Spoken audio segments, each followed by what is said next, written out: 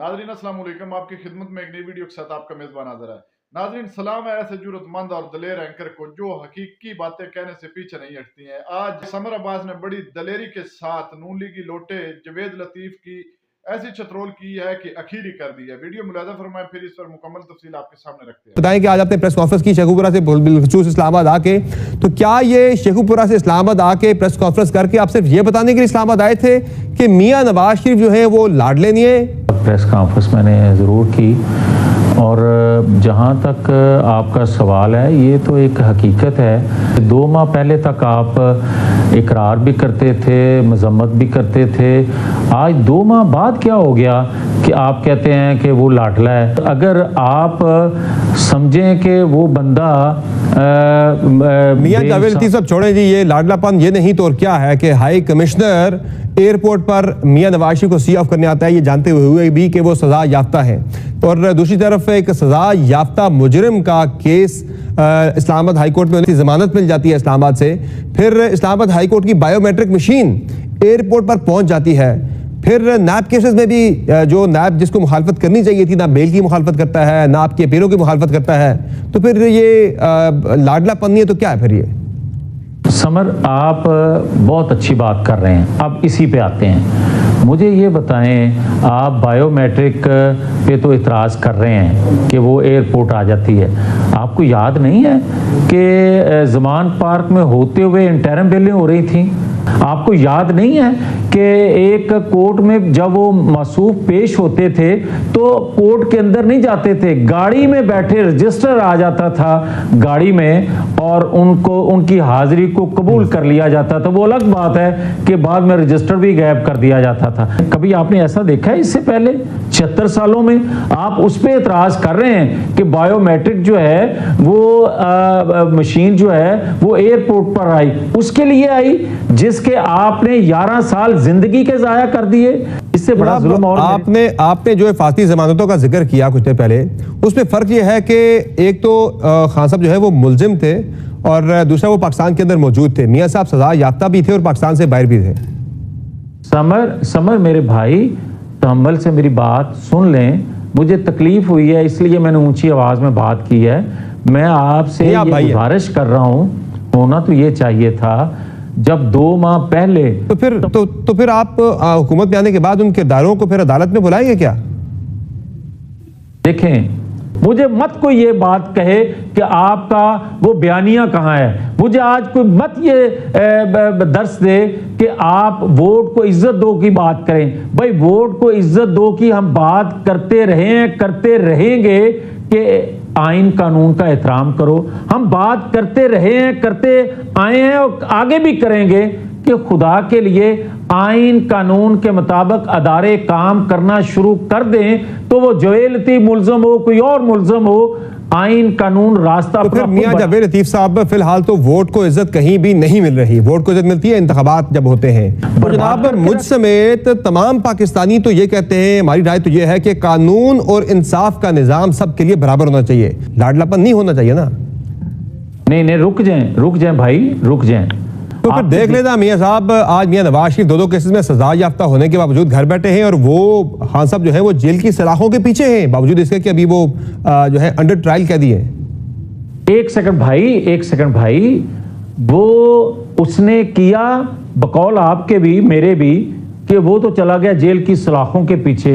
हमने तो तसव्वुर नहीं किया, आप मुझे और उसको साथ में ला रहे हैं। पंजाब में इंतखाबात नहीं हुए, खैबर पख्तूनख्वा में इंतखाबात होने थे, नहीं हुए ना। आज तक मरीम नवाज साहिबा ने इंतखाबात के बरवक्त इनेकाद का मुतालबा किया, ना शहबाज शरीफ ने यह मुतालबा किया, ना मियां नवाज शरीफ ने कोई मुतालबा किया कि इंतखाबात का फौरी और जल्द अज जल्द इनेकाद होना चाहिए।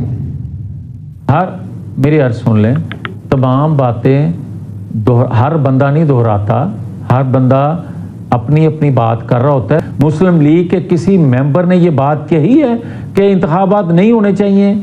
किसी ने अगर की है तो मैं माफी चाहता हूं।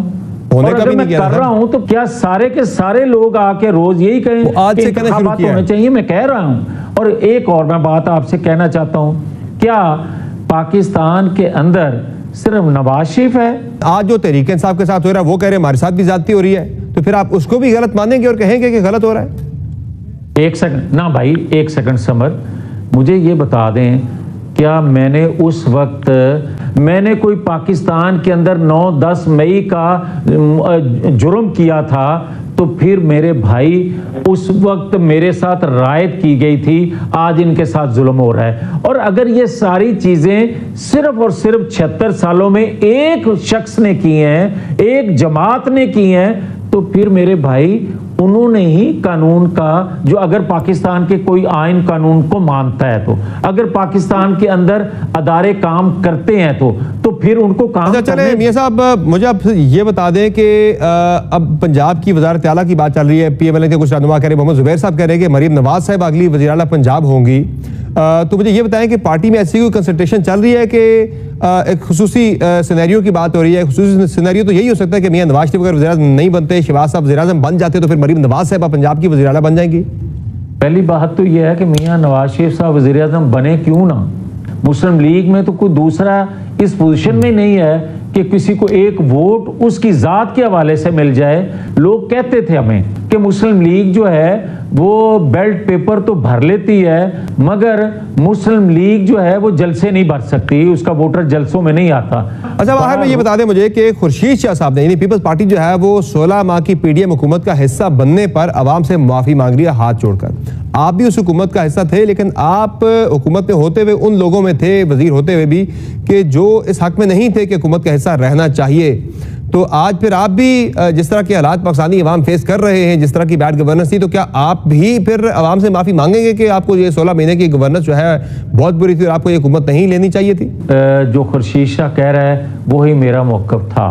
16 माह जरूर हुकूमत की जो मकबूलियत में कमी लाई। नाज़रीन, आपने वीडियो मुलाहिज़ा फरमाई। नाज़रीन, जिस तरह के आपने वीडियो तो देख ली है कि समर अब्बास ने बड़े सख्त और कड़वे और हकीकत पर मबनी सवालात किए हैं, लेकिन एक सवाल का भी जवाब मियां जुवैद लतीफ़ साहब के पास नहीं था।